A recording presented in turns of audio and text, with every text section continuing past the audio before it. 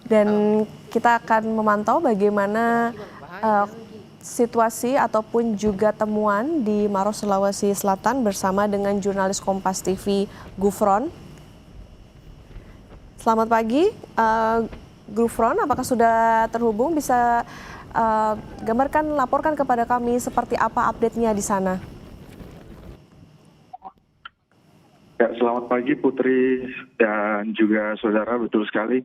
Untuk update pada pagi hari ini, tadi tim SAR gabungan yang memang sudah membangun posko sejak malam di Baloci, Kabupaten Pangkep, Provinsi Sulawesi Selatan, pagi tadi memang sudah memberangkatkan beberapa timnya untuk menuju beberapa titik lokasi yang berada di puncak Bulu Saraung, Kabupaten Pangkep.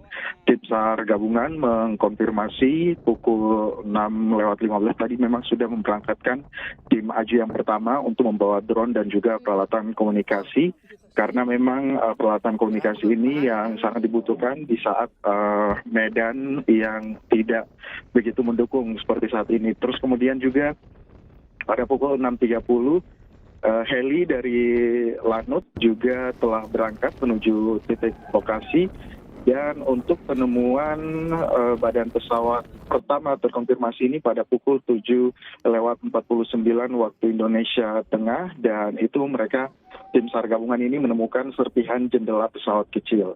Kemudian pada beberapa radius kurang lebih tidak jauh dari penemuan pertama, serpihan kedua ditemukan oleh tim AJU yang menuju ke titik pesawat dan juga menemukan badan pesawat dan juga ekor pesawat yang berada posisinya kalau di puncak ini berada di lereng utara puncak Bulu Saraung.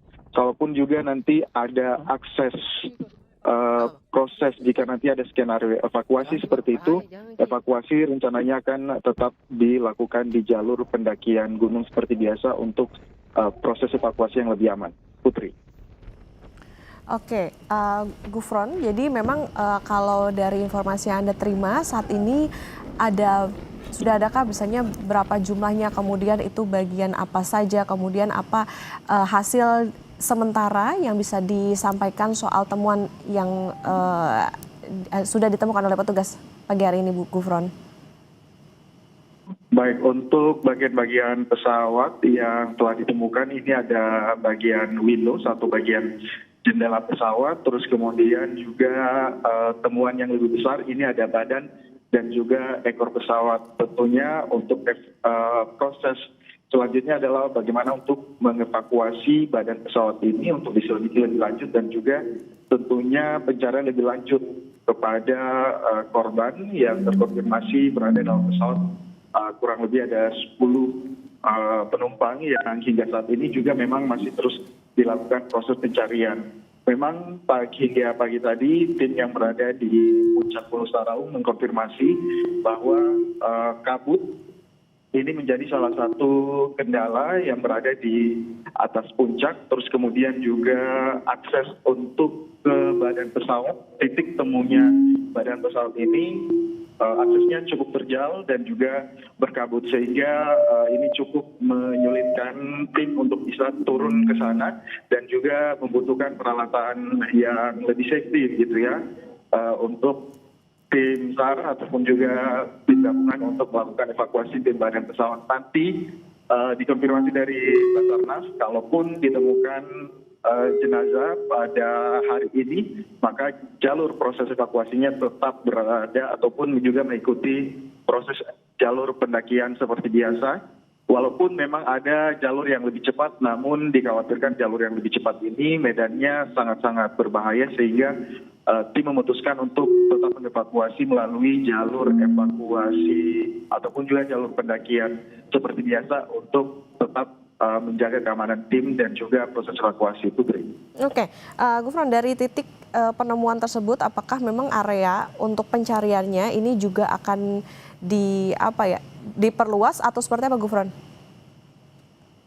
Baik, untuk area akan diperluas karena memang jenazah hingga saat ini ataupun juga korban hingga saat ini belum ditemukan. Jadi memang titik fokusnya ini adalah menemukan titik jatuhnya pesawat dulu, terus kemudian mengevakuasi badan pesawat dan juga akan berkoordinasi lebih lanjut. Tim akan terus mencari radius yang lebih luas lagi untuk mencari jenazah. Karena selain dari tim gabungan yang ada di Balochi, juga sudah ada tim yang berada di Cenderana, Kabupaten Maros, yang juga memang sejak semalam sudah membangun posko, dan berdasarkan briefing dari posko Leang-Leang, tim di Cenderana Maros juga ini sudah melakukan pergerakannya sejak pagi. Putri. Oke, Gufron, kalau dilihat kan ini memang tadi Anda juga sudah menyebutkan bahwa salah satu yang menjadi tantangan bagaimana cuaca di sana, ada kabut juga. Kemudian untuk pengerahan alutsistanya seperti apa, Gufron? Boleh diulang, Putri? Untuk pengerahan alat-alat untuk membantu mencari ini alat-alat evakuasinya di sana seperti apa, Gufron? Karena kalau dilihat kan memang ini salah satu tantangannya adalah adanya kabut di sana begitu. Baik, untuk proses alat evakuasi ini tentunya karena melalui jalur pendakian seperti biasa atau jalur pendakian reguler di Gunung Pulau Saraung, maka proses evakuasinya ini tentu melalui darat. Pasti alat-alat yang dibutuhkan ini juga cukup menantang, sehingga kami menunggu konfirmasi lebih lanjut lagi bagaimana untuk mengevakuasi badan pesawat dari puncak Pulau Saraung ini. Lebih lanjutnya lagi untuk berikutnya, ini apa yang akan dilakukan oleh tim SAR di sana, Gufron? Baik, tim SAR di sana akan terus melakukan pencarian badan pesawat yang lain, walaupun memang dari konfirmasi warga ini telah menemukan beberapa berkas-berkas ataupun juga kertas-kertas fotokopian identitas, namun ini difokuskan adalah mengevakuasi badan pesawat terlebih dahulu, sembari tim yang lain ini terus mencari ataupun juga memperluas radius dari titik lokasi jatuhnya pesawat untuk menemukan korban. Putri. Oke, Gufron, ini kan puingnya ditemukan di area tebing begitu ya. Nanti untuk evakuasinya sudah ada informasi soal itu? Seperti apa?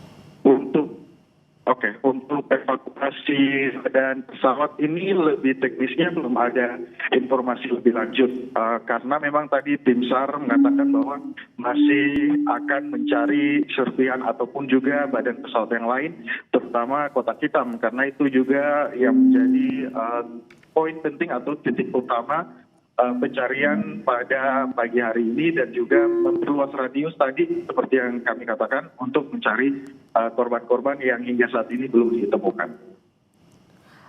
Oke, Gufron, ini untuk tim pencarian akan dibagi ke dalam berapa tim? Kemudian untuk fokus pencariannya apa saja, Gufron? Baik, untuk tim pencarian ini sudah ada kurang lebih 500 tim gabungan yang terdiri dari tim Basarnas, TNI, Polri, kemudian juga BPBD dan juga beberapa komunitas tadi seperti Mapala dan juga relawan. Ini sudah terbagi menjadi 2 tim.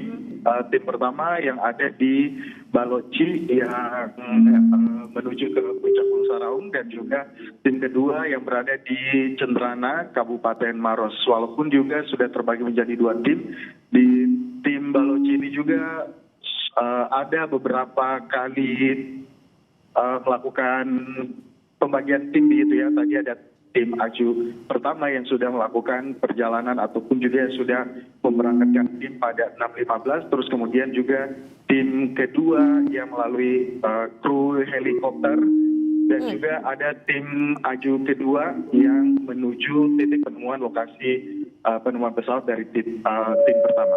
Putri. Oke, Gufron, untuk proses pencarian lewat udara apakah masih dilanjutkan juga? Proses pencarian lewat udara tentu masih dilanjutkan, mengingat kemarin proses pencarian lewat udara sempat dihentikan karena memasuki sudah malam itu di wilayah Indonesia Tengah, dan juga sedikit hujan kemarin malam, sehingga memang diberhentikan dan juga dilanjutkan pada hari ini. Mengingat kondisi pada hari ini cukup cerah, sehingga proses pencarian melalui udara tentunya terus dilakukan. Oke, kalau untuk titiknya apakah di titik yang sama, Gufron, atau tadi diperluas lagi?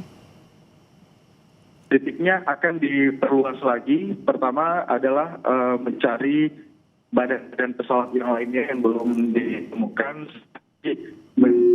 Radius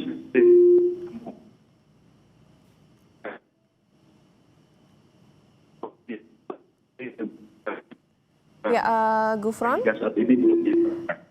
Gufron mungkin informasinya bisa diulang kembali, Gufron tadi mengalami kendala komunikasi.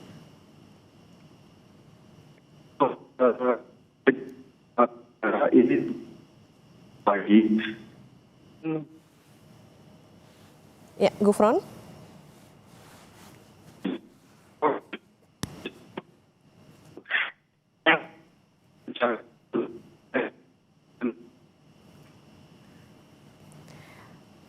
Baik, nanti kami akan coba sambung kembali, kita hubungi kembali jurnalis Kompas TV Gufron Lamataha yang melaporkan bagaimana serpian pesawat ATR 42500 ditemukan. Tetap bersama kami saudara di Breaking News Kompas TV.